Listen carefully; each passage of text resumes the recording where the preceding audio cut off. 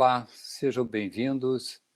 Esse é o programa Palavras Consoladoras, que trata dos conteúdos da doutrina espírita, baseados no Evangelho de Jesus, seus ensinos e seus exemplos. Durante 15 minutos, estaremos em sua companhia.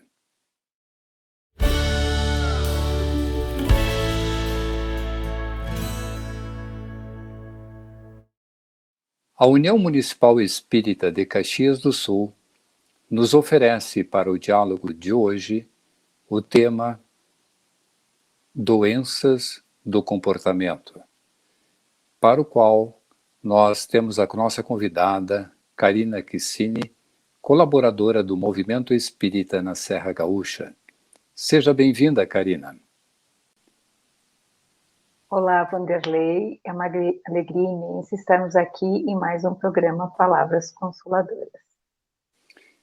Esse nosso texto de hoje, Doenças do Comportamento, ele tem um embasamento de pesquisas, leituras, enfim, umas delas, né?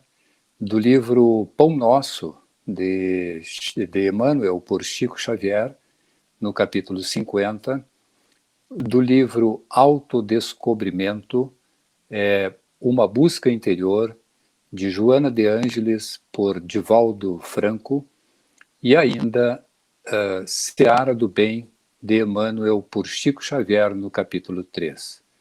Eu direciono a primeira pergunta a Karina, nossa convidada: como podemos entender as doenças do comportamento? São tantas reflexões para a gente falar sobre doenças do comportamento que os nossos 15 minutos vão ser poucos, não é verdade? Então a gente vai lembrar lá do ensino de Jesus, que é quando ele encontra a mulher adúltera, e aí a multidão queria apedrejá-la porque ela foi encontrada em adultério. Aí Jesus recomenda que aquele que estivesse sem pecado que atirasse a primeira pedra. Mas um a um foi saindo até que ela ficou sozinha com o mestre. E aí ele questiona ela: onde estão os teus acusadores? Ela olhou ao redor, não tinha mais ninguém. Aí ele disse: eu não vou te condenar. Vai e não tornes mais a pecar. Quando a gente vai falar de doenças do comportamento, a origem de todas as doenças somos nós mesmos. É o nosso comportamento equivocado. É quando nós nos desviamos das leis divinas que estão gravadas nas nossas consciências, e aí a gente comete alguns deslizes em relação às leis divinas, e acontece que nós nos comprometemos e geramos doenças. Mas a gente pode dizer que é uma série de doenças que vêm de outras em decorrências de reajustes às leis divinas, no processo reencarnatório, que nós diríamos que são doenças kármicas, e doenças provocadas pelo nosso comportamento e que nós provocamos na vida presente. Então, citaria o exemplo do tabagismo. A pessoa escolhe, por livre-arbítrio, o vício do cigarro. Em decorrência deste comportamento equivocado através do vício, ela poderá desenvolver no futuro um enfisema pulmonar, um câncer de pulmão, outras doenças associadas ao trato respiratório. Então, é uma doença provocada pelo seu comportamento equivocado, através do seu livre-arbítrio. Porque muitas vezes as pessoas acreditam ou pensam de forma errônea que as doenças são todas elas kármicas ou de outras existências. E isso não é verdade, porque muitas doenças são provocadas na atual existência física. E a gente também poderia citar as doenças do comportamento através do nosso pensamento, porque o nosso pensamento é uma fonte criadora. Então, todo pensamento imperfeito, todo pensamento de raiva, de ressentimento, de ódio, de inveja, eles geram uma atmosfera psíquica negativa, e isso faz com que as nossas células sejam bombardeadas por aquele psiquismo negativo. E aí a gente pode desenvolver doenças estomacais, doenças psíquicas, depressão, por causa do nosso comportamento. Mas o nosso comportamento, ele está associado à nossa evolução espiritual e ao nosso livre-arbítrio. Então, quando a gente fala de doenças, a gente pode pensar também, nós podemos ter uma doença e não sermos doentes. O ponto é como nós enxergamos aquela doença. Uma doença, quando ela nos acomete, ela tem o grande objetivo de educar a nossa alma. É a nossa alma que precisa de educação e é por isso que nós ainda sofremos uma série de distúrbios orgânicos ou psíquicos. Perfeito, Karina. Dentro desse contexto, as doenças do comportamento podem ser provocadas por influências espirituais ou induzidas pelo nosso desequilíbrio, permitindo que os espíritos se vinculem a nós com mais facilidade? O que acontece? Todo processo obsessivo, ele sempre vem de dentro para fora. Ou seja, às vezes as pessoas também, de forma equivocada, acham que os espíritos, eles vêm e interferem na nossa vida. Sim, mas só se nós permitirmos. Só se nós abrirmos as portas do nosso coração para as influências inferiores. Então, mais uma vez, é o nosso comportamento, é o nosso livre-arbítrio, é a nossa forma de pensar que atrai para junto de nós espíritos no mesmo nível vibratório. Então, se eu sou uma pessoa que eu sou hipocondríaco, que eu gosto muito de doença, que eu falo muito de medicação, que eu vivo em médicos, e às vezes os médicos dizem assim para mim, olha, Karine, tu não tem nada, fizemos uma bateria de exames e ó, tá tudo perfeito contigo. Não, porque você não está vendo direito, às vezes as pessoas discutem com o médico, porque elas querem ter uma doença. E o que acontece naquela mente ainda enfermiça, que não se autoeduca, que não se liberta daquele pensamento vicioso da doença, ela vai atrair para junto dela irmãos naquele mesmo nível vibratório e que vão se nutrir. Então tem pessoas que gostam de estar doentes, de ficar doentes, estão sempre reclamando da vida, que dói aqui, que dói ali, que dói acolá. Então, este comportamento faz com que os espíritos inferiores, naquele mesmo nível evolutivo, criem uma sintonia.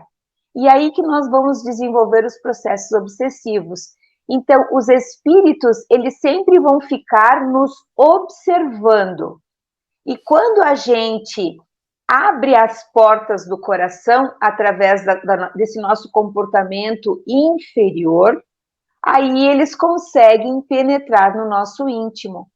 Por isso mas isso é uma influência que ela começa devagar, não é algo que acontece assim, ó, rapidamente. Isso é aos poucos.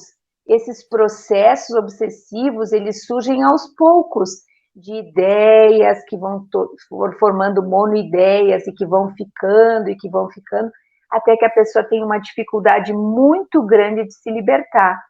Por isso que a vigilância, a disciplina, a prece são remédios, são antídotos para que a gente não adoeça. Então, a gente tem que ter a percepção de que se o nosso pensamento ele está muito voltado para a doença, a gente tem que ligar a antena de que alguma coisa não está bem dentro do nosso íntimo. E aí a gente tem que buscar, através da oração, a sintonia com os benfeitores amigos, para que a gente não fique naquele mesmo pensamento, daquela mesma monoideia. Então, tudo, absolutamente tudo, sai de dentro do nosso coração. Por isso, da advertência de Jesus, vai e não peques mais, porque aquela dor, aquela dificuldade está naquele comportamento equivocado. Karina, tu fizeste uma citação bastante forte e pertinente ao nosso tema, doenças do comportamento. Ela não se estabelece de uma hora para outra. ela vagarosamente, diante das nossas energias, do nosso desequilíbrio, da nossa potencialidade em cima daquilo que estamos pensando, é que ela vai se desenvolver. Eu gostaria que tu comentasse alguma coisa a mais a respeito disso, porque não é de uma hora para outra, né, que essa doença se estabelece, que veio uma dor, que veio, sei lá, um problema cardíaco, né, um problema de hipertensão, alguma coisa assim que se desenvolve de uma hora para outra. Isso tudo tem um tempo, né? Como o nosso corpo físico, ele vai dando sinais. Então, a gente tem que estar muito atentos aos sinais que o nosso corpo físico ele está mostrando. Aquela dorzinha que aparentemente uma doença, por exemplo, uma doença grave, ela nunca começa grave, ela começa de sintomas pequenos e que vão se agravando ao longo do tempo. Então, compete a nós buscarmos os recursos, tanto os recursos dos médicos, quanto os recursos espirituais, para que a verdadeira cura ocorra dentro do nosso íntimo. Porque a grande maioria das doenças são doenças da nossa alma, e que o nosso corpo físico as reflete. Então, nós temos que dar muita importância para aqueles pensamentos que começam minando devagar o nosso coração. Por exemplo, as depressões, elas começam com uma tristeza que aparentemente a pessoa às vezes não dá importância. Mas por que eu fico triste? Por que esse sentimento ele vai persistindo? Então, ali eu preciso buscar alguém para me ajudar, algum terapeuta, algum profissional da área da saúde, ou dentro do aspecto da religiosidade, eu preciso buscar ajuda.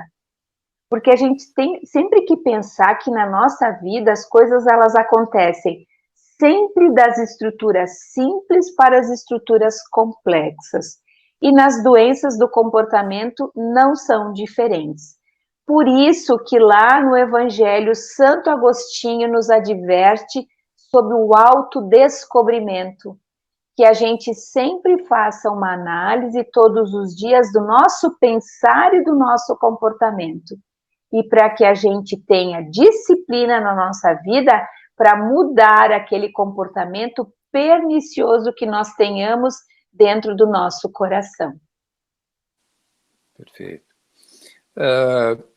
A proposta, né, de mudança ou de equilíbrio, uma delas seria a terapia do amor, que restabelece como ponto de partida do indivíduo perante si mesmo, como tu abordaste, a fim de que possa preencher a finalidade da reencarnação do espírito para o qual foi elaborado?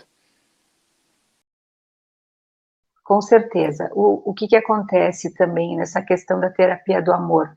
Eu preciso aprender a me amar. Eu preciso aprender a gostar de mim, a dar valor para essa oportunidade reencarnatória que Deus me concede. Então, esse seria o princípio de tudo, o auto-perdão, o auto-amor, a pessoa tem que gostar dela. E às vezes a pessoa ela não se ama, ela não se respeita. E aí ela tem comportamentos equivocados que geram então dor e sofrimento. Então, na nossa vida, lá Paulo de Tarso também nos ensina, tudo me é lícito, mas será que tudo que é lícito me convém? É bom para mim? Então, a gente precisa, nesse todo esse sistema, enfim, que a gente vive do nosso meio, a gente precisa sempre pensar do ponto de vista da vida futura, ou da nossa evolução espiritual. Talvez por isso que no mundo de hoje nós estejamos tão doentes, muito doentes, porque nós estamos doentes da alma. Porque quando o indivíduo ele não se respeita, ele não se ama. Então, o princípio básico da terapia do amor, inclusive ensinada por Jesus, ou ensinada pelo Mestre querido, é esse autodescobrimento é o amor que nós temos que ter para nós. E aí, com certeza, nessa opção, a gente vai cuidar muito mais da nossa mente e do nosso corpo. Citaste agora até uma passagem do livro Pão Nosso, no capítulo 50, que ao final desse capítulo diz assim, que o ensinamento de Jesus é suficiente e expressivo. O médico divino proporciona a cura, mas se não a conservamos dentro de nós, ninguém poderá prever a extensão e as consequências dos nossos desequilíbrios que nos sitiarão a invigilância. Karina, mais algum comentário sobre o texto? O grande comentário é o ensino de Jesus, mais uma vez, o orai e vigiai. Nós temos que ser vigilantes, prudentes com as nossas atitudes. Essa nossa existência física é uma preciosidade. Quantos irmãos nossos que se encontram no mundo espiritual que gostariam de estar aqui e não têm a oportunidade, nós a temos. Então, vamos valorizar a vida, valorizar esse dom precioso que Deus nos coloca e sermos muito gratos por essa oportunidade abençoada de estarmos aqui. Mais amor por nós, pela nossa vida, pela nossa existência física e muita vigilância. Agradecemos a valiosa contribuição da nossa irmã Karina Ksini e gostaríamos de ouvir as suas considerações finais aos nossos ouvintes. Eu diria que nós, nessa nossa vida física, com tantas dificuldades que nós enfrentamos, e não é para um ou outro, é para toda a humanidade, são oportunidades de aprendizado. Então, que nós jamais percamos a esperança, e que jamais nós percamos a conexão com Deus. A prece é o nosso Wi-Fi, é o nosso elo de ligação com Deus, através dos nossos benfeitores amigos. Então, sejamos mais conectados com Deus, mais conectados com a espiritualidade, menos terra e mais espírito. Muito bem. Muito obrigado, Karina, pela tua participação no nosso programa. E agradecimentos também aos nossos queridos irmãos que nos prestigiam nesse programa Palavras Consoladoras. Foi um privilégio estarmos em sua companhia. E até o próximo programa.